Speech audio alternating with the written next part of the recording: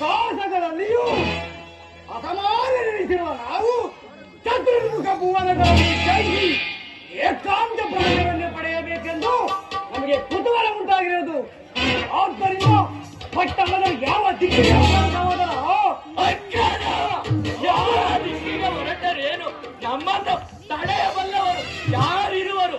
ನಾವೀಗಲೇ ಗಗನ ಮಾರ್ಗವಾಗಿ ಚಲಿಸಿ ನಮ್ಮ ಜ್ಞಾನಿಸಿಗಳಾದ ದೇವರುಗಳನ್ನು ಹೊರಕಟ್ಟೆ ನಮ್ಮ ಸ್ವರ್ಗ ಸಿಂಹಾಸನಗಳನ್ನು ಆಕ್ರಮಿಸೋಣ. ನಡೆಯುತ್ತದ ಸಹೋದರ,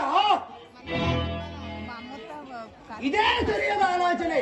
ಸದ್ಯಕ್ಕೆ ಮೊದಲು ನಾವು ಆಹಾರವನ್ನು ಹುಡುಕೋಣ. ನಡೆ. ಅದಾಗ್ರದ ಅಲ್ಲಿ ಯಾವನೋ ಬರುತ್ತಿರುವ